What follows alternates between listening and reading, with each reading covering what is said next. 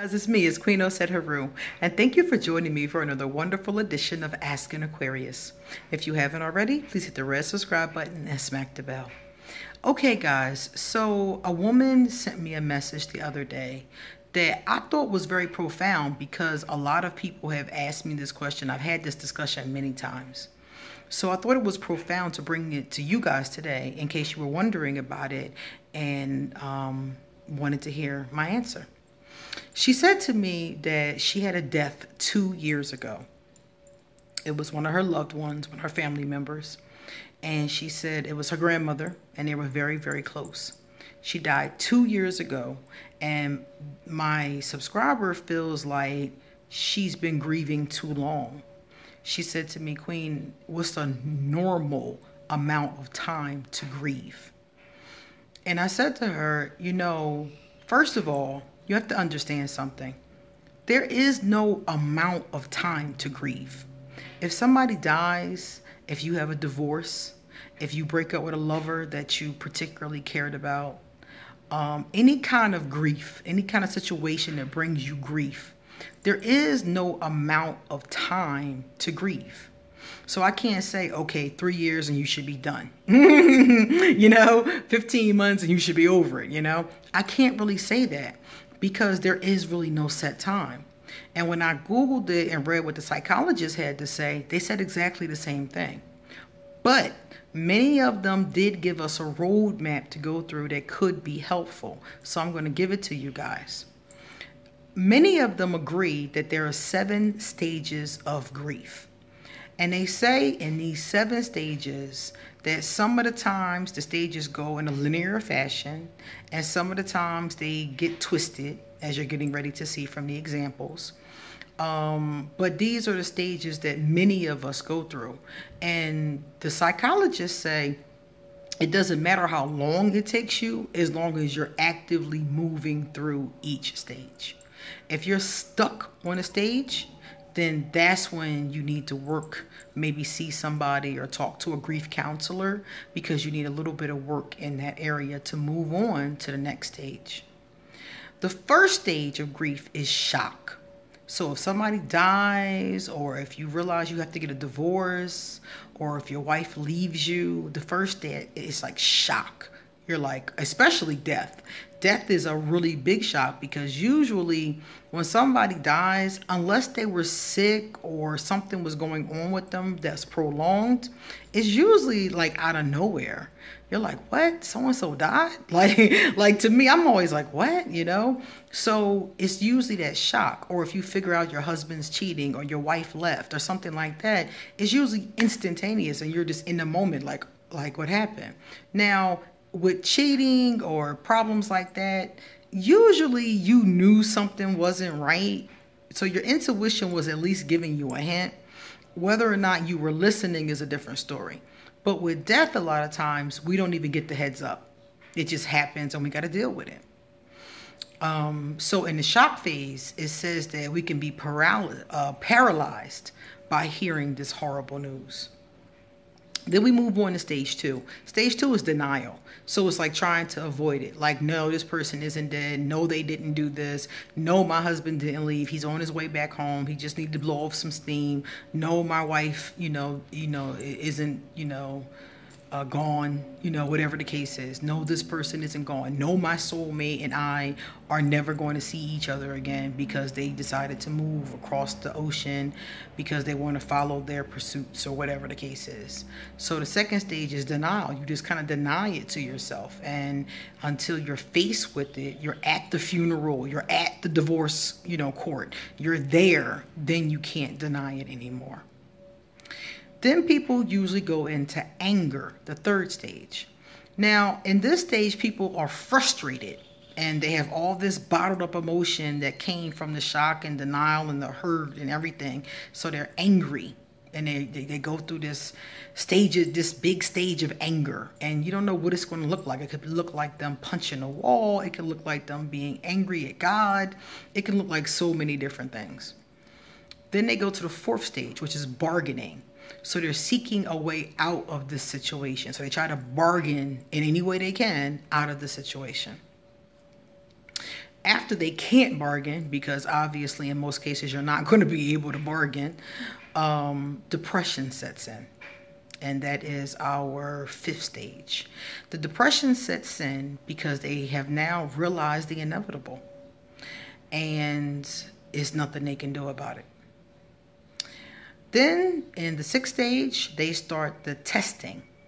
This is a stage where they start seeking realistic solutions. They start testing the water to see what can they do, how can they move on, how can they cope is really what I come from with a lot of people. It's like, how can I cope with this now? And then the last one is acceptance. Finally, they accept it. It is what it is, and they move forward.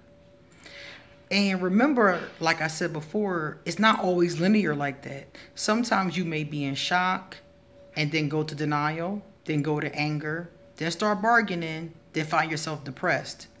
Then you're testing. And I know for me, in my testing phase, I found myself angry again. So if something may happen, it throws you backwards. So I got to my testing phase where I was seeking realistic solutions. And for instance, in the case with Voldemort, it's the time this happened. I was in my testing place. I'm finding therapeutic solutions and healing things and finding ways to get over it. And I saw him or talked to him or something happened like that. He came across me some kind of way. And I went right back to the anger phase. I wanted to fuck him up. And I was like, I thought I let go of this anger phase. Okay, let me work on this again. And I went through this process. I got back to the testing phase, stayed in the testing phase for years. And then something happened, got angry again, you know?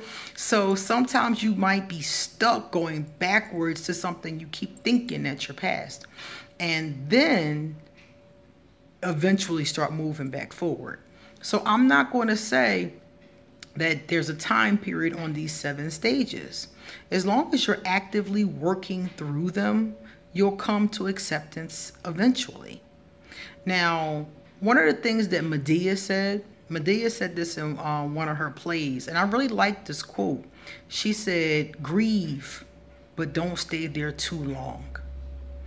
Now, when you said how long should I, be in this phase, and when Medea says don't stay there too long.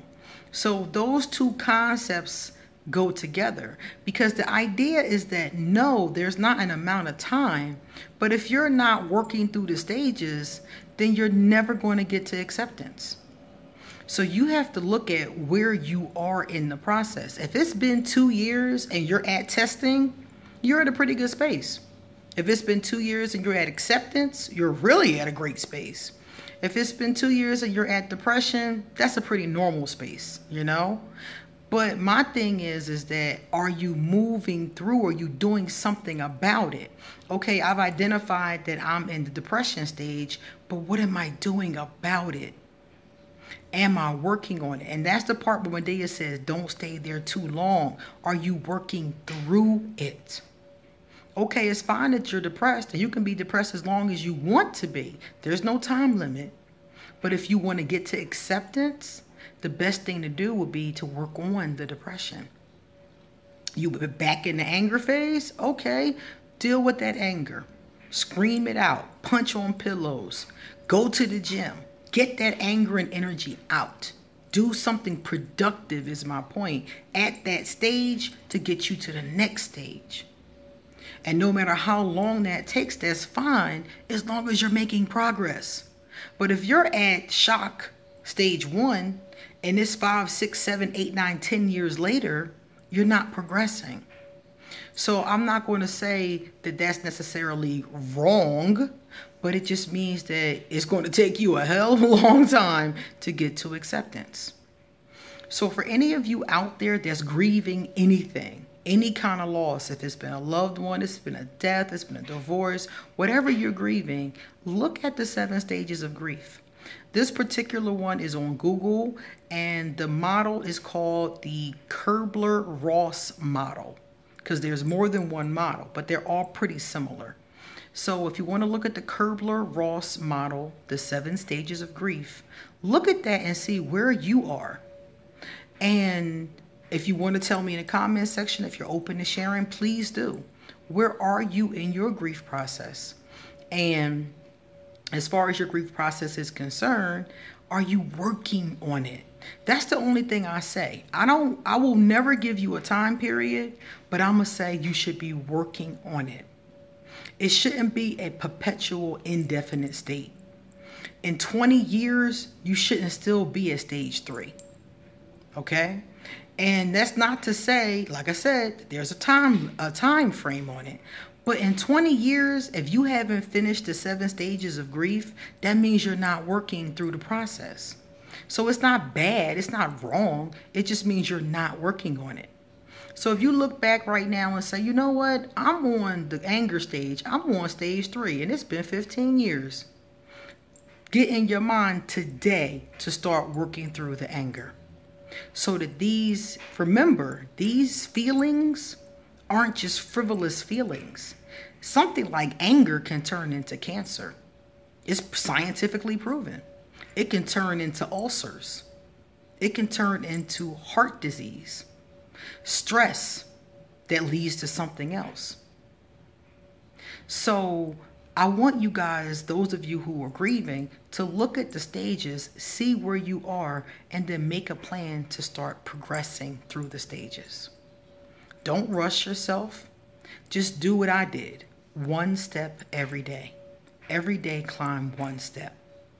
That's an old song, and I played that song over and over again while I was grieving.